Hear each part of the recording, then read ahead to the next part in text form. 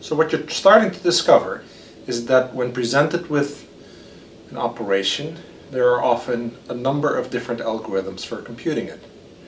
And the question is, well, why don't we just derive one algorithm and have it over with? Well, let's discuss that a little bit now that you have derived a couple of algorithms for matrix vector operations. So let's think about matrix vector multiplication. So you have a vector that you're going to update by doing a matrix times a vector plus that original vector. Okay. What's important to keep in mind is how memory is accessed when you access this matrix. Okay. How is the matrix mapped to memory? Memory is linear. A matrix is two-dimensional. So how does it work? Well, often in scientific applications, the matrices are stored in what's called column major order. What's column major order? Well, think of the matrix as consisting of a bunch of columns. And then, let's say over here is the memory. And what you do in linear memory is you stack these columns on top of each other.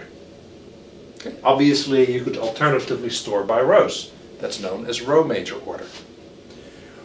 Okay, so now let's think about our algorithms. The first algorithm that we discussed did dot products of rows with the vector. That's actually typically what you're taught first when you're taught about matrix vector multiplication. So as you access entries in that row, what happens? Well, you're hopping all over the place in memory. Okay?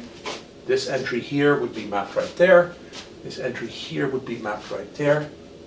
Now, first of all, hopping all over memory is not a good idea. Computer architectures tend to access memory more efficiently if you go contiguously through memory. Worse, typically when you bring in one entry of a matrix, you actually pull in a couple of other entries as well. Why? Because when you read from memory, you tend to read an entire cache line at a time, and a cache line is typically 4 double precision numbers. So typically if you bring in this entry right here, you also bring in the next 3 entries, or 3 entries around there. And that's actually in anticipation of then also using those entries. But if your matrix is huge, then you go through this row. These entries are being brought in from main memory into cache memory, which is fast memory, but there's only a little bit of it. And therefore, by the time you get around to the next row, those entries that you had brought in may already have been evicted. They may not be there anymore, and they need to be brought in from memory again. So, not only is it inefficient to hop all over the place in memory, but you end up potentially spending 4 times as much time moving data around because you're bringing in a cache line at a time. By contrast, think of the algorithm that we developed that marched through the matrix by columns. There, everything is nice because you inherently are using the matrix a column at a time, and therefore inherently you can arrange your computation to go down the column. Now, if you knew that you had to go across the row, then you might be able to say, well, let's do a slightly different algorithm. Let's do an algorithm that computes with 4 rows at a time so that we can take advantage of the fact that we bring those other entries in. Now that's known as a blocked algorithm. Okay, when you went to the Spark web page, it asked you whether you want an unblocked or a blocked algorithm. That's a blocked algorithm. So that's something we'll talk about next week. In the meantime, what have you learned so far? It's good to have algorithms that go through the matrix by rows and by columns, because depending on how the matrix is stored, one or the other may be more efficient. Okay, what else? Well, you also learned about another matrix vector operation, which was the rank 1 update, which looked something like this. You had a matrix to which you added the outer product, a rank 1 matrix, column vector times a row vector. Okay? Now, the other thing you're going to find out in week 5 is that many more complicated operations in linear algebra lead to algorithms that cast in terms of a matrix vector multiply, but also lead to other algorithms that cast computation in terms of a rank 1 update. Now, sometimes it's better to have an algorithm that casts computation in terms of a matrix vector multiply. Why might that be?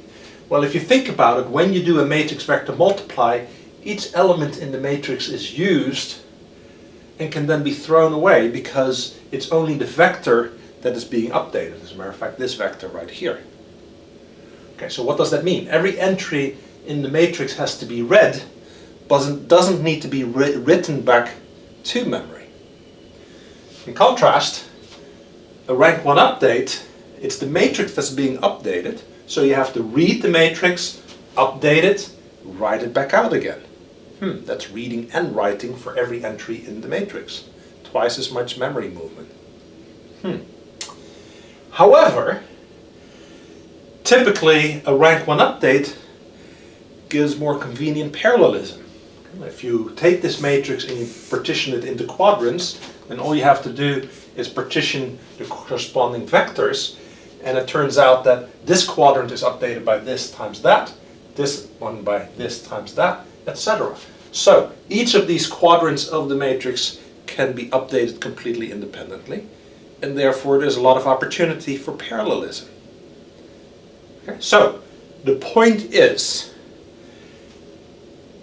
different algorithms cast their computation in terms of different operations, and importantly may have different characteristics when it comes to accessing memory.